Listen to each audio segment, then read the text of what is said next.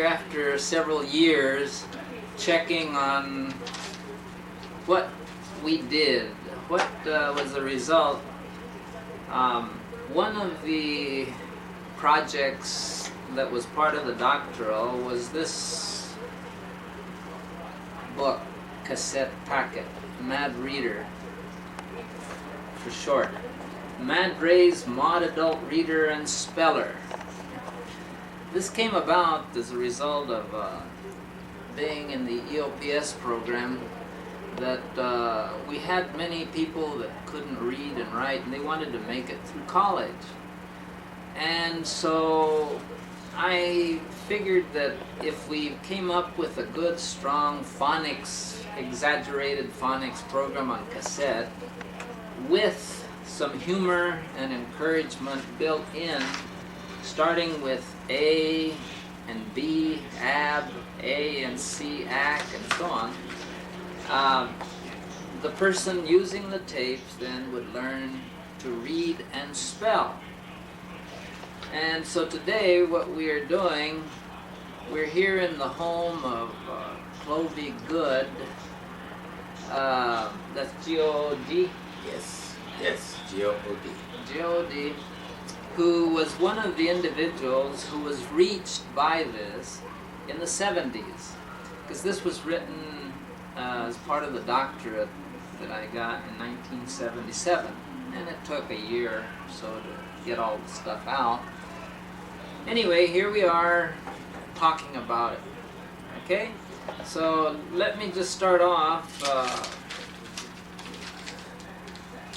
Clovey, what did you get out of this Mad Reader? Now, we're going to cover a lot of ground. We may even repeat.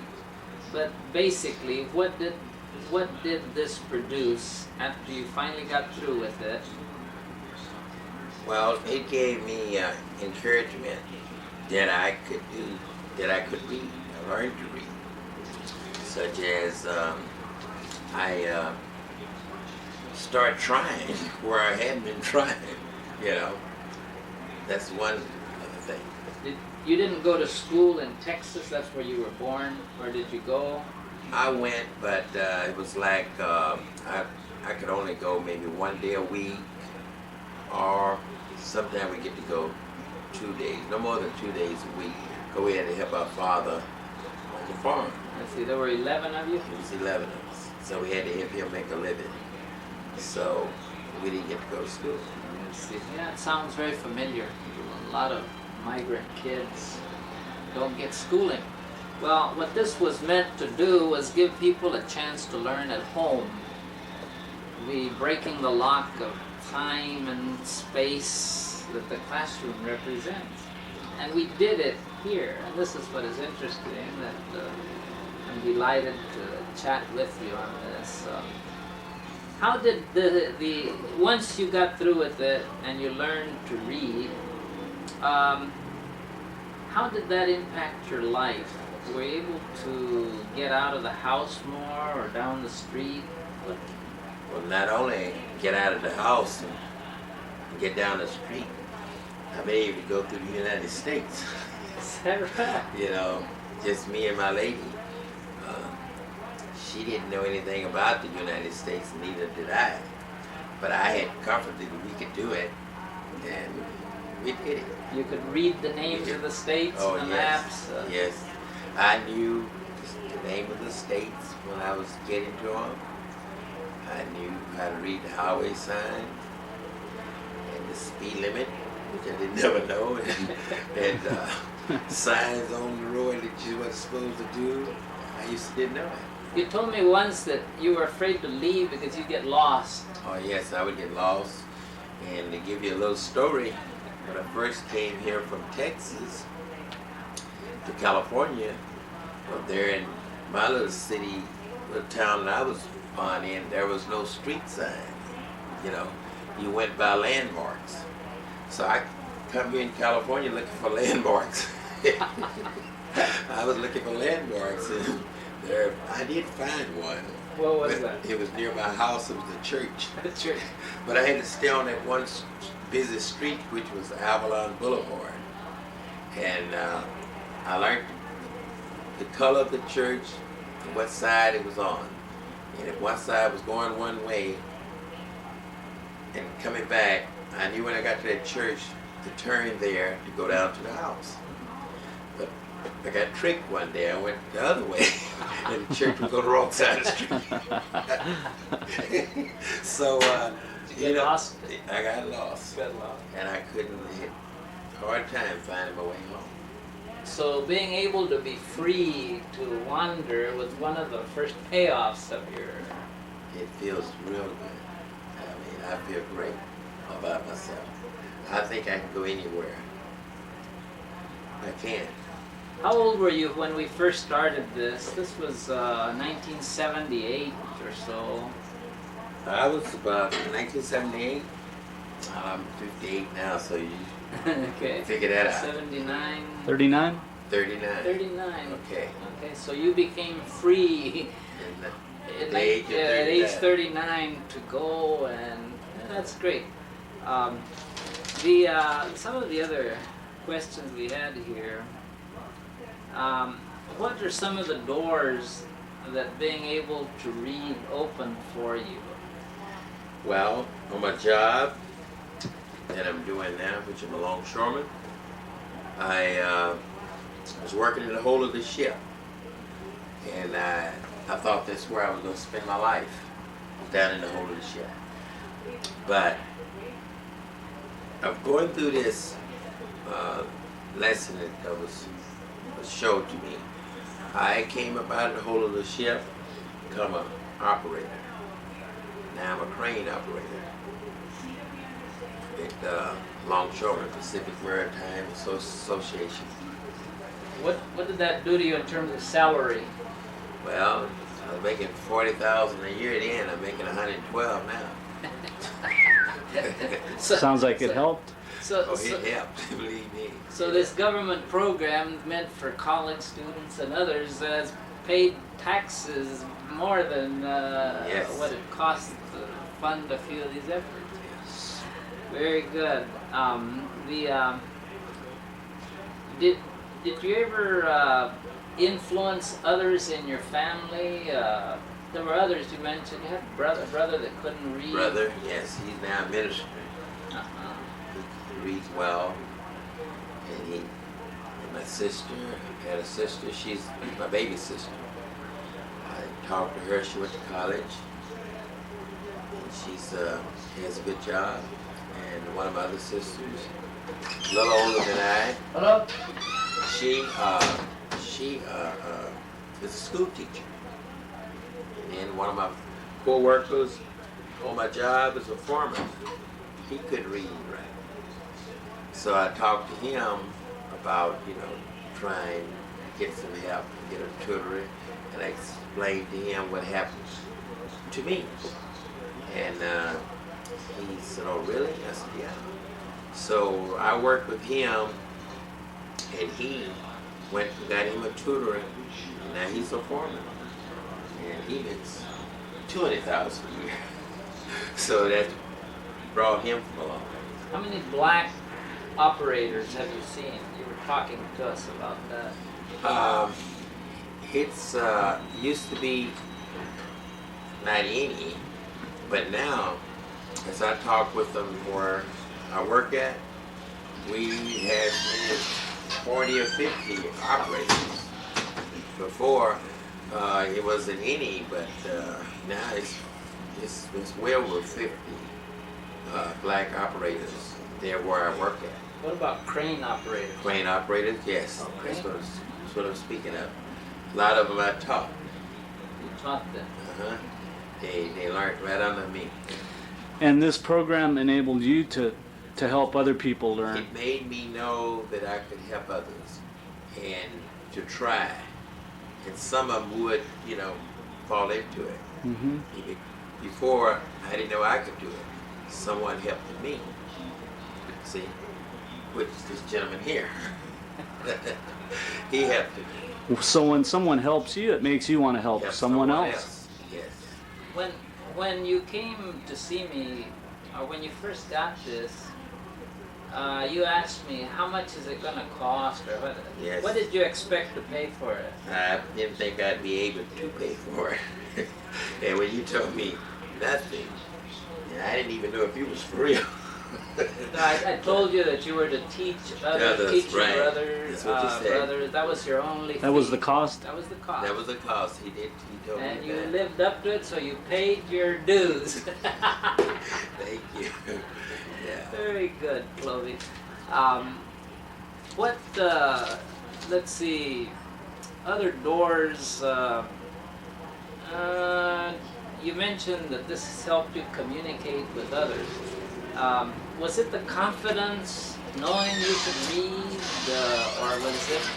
I guess it was the total package. It was the total package because put it this way, my father, he was 11 of us children. He made me the administrator of his estate. That was after you That's learned. after I learned this, you know, because I started buying property, and he noticed it, and he thought it was a very wise thing.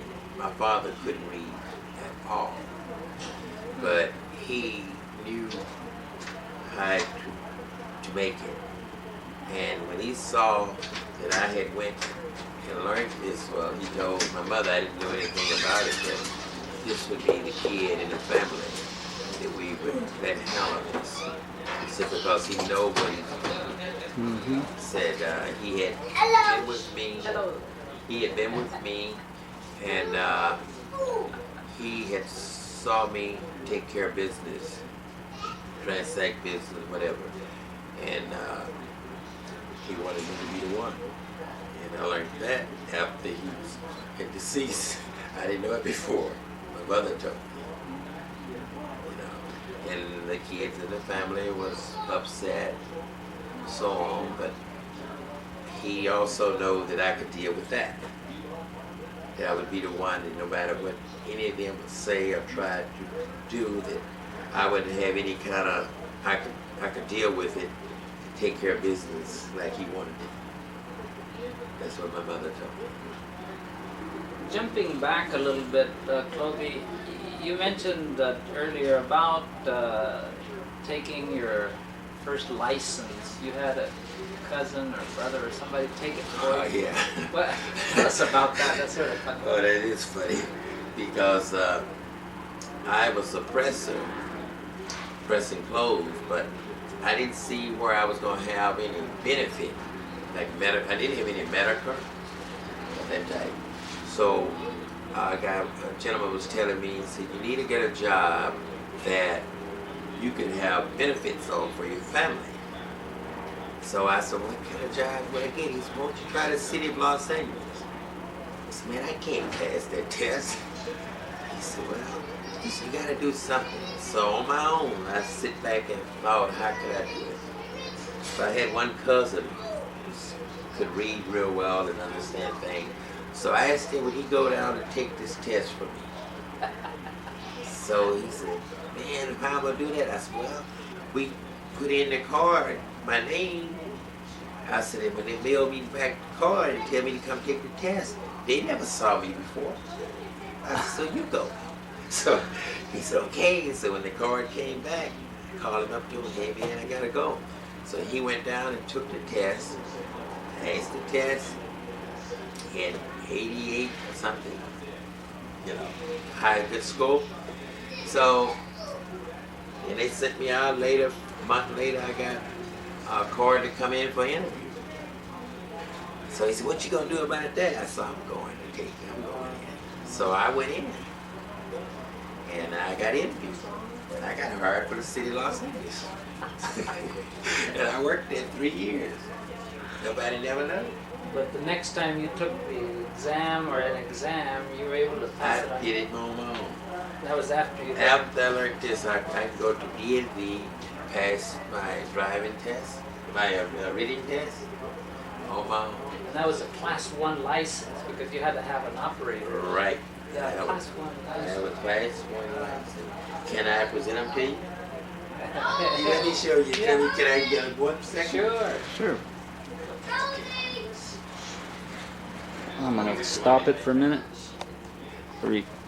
Okay, here is Clovey's Class 1 license. I used to get these because I was a gang truck driver on a pipeline crew before I became a college professor. And basically, it's not an easy task to get these Class 1 licenses. So this is what you got after you learned to read, and this was one of the keys to getting you into the higher income brackets. Yes. Yes, it was. Very good. While we're at it, I have Rochelle, Clovey's wife, to my right. And without a good woman in the house, one can't do much of anything. And so I'd like to ask Rochelle a question or two. How many youngsters have you helped raise, Rochelle? Well, I've raised my own son, Anthony. He's 30 years old now. And 7 years ago, I started babysitting a granddaughter, a neighbor's child, and my nephew. I started out with 3, and then it increased over the years, and at one time I was watching as many as 7 kids. And I decided to help out after I retired from banking. Uh-huh. Did you see any changes in this man? You got a good man here. Yes. Well, he was learning to read, and you were getting help from Jasper. Jasper, And, Jasper introduced Clovey to a program, and he came over and started studying with Clovey. And Clovey took care of his own business for years, but after the class and taking some additional reading courses, I could see a change in Clovey. He reads better than he says he does. He gets a little nervous in front of people. He knows the words, but he gets nervous because he's speaking and somebody's hearing him. But you get Clovey in the room and he can pick up a letter and read it, and he understands exactly what it is. Let's see, Clovey, why don't you read that? Show him the before you read. Can you pick that up, Randy? Yeah. Okay. Well, let's see, Clovey. What can you read there? Well, as she said, when I get before people, I get nervous, but I'm going to try to get at it. Aunties, women, sure, heavenly. It's black, and the I can pronounce that. Inaugural. Okay, then here I sure can read this. It says sex and sisters. What turn women on and off? Thank you, Chloe. Yeah, very good.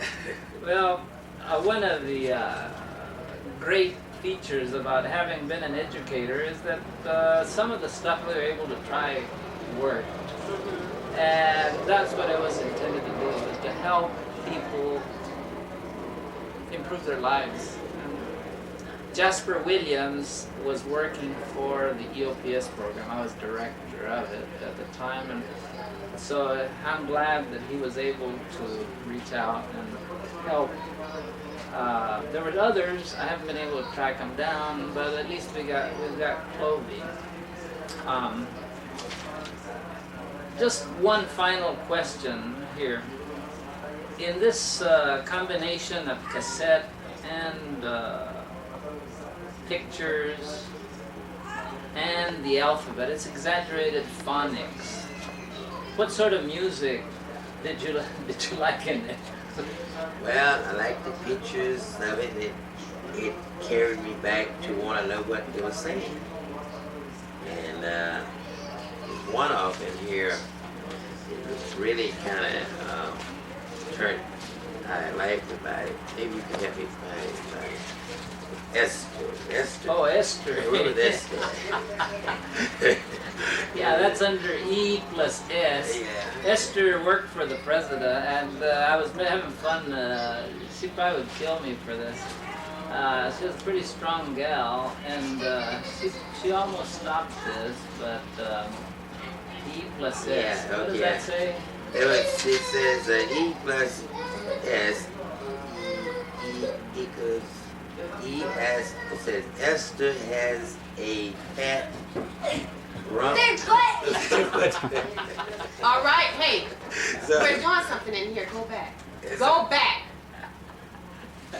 So that I was, and that made me keep on starting. And after I was looking at that, because he told me to, start. Let's see if you can can you zoom in on this?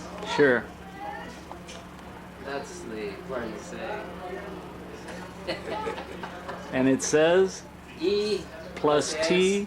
S. That's the practice S. All the letters were hooked up with others to sound a syllable. Mm-hmm. E plus S. Then the example where you find it in a sentence. Esther has a fat rump. That's just one. Some of these others. This one. E plus V. Ev.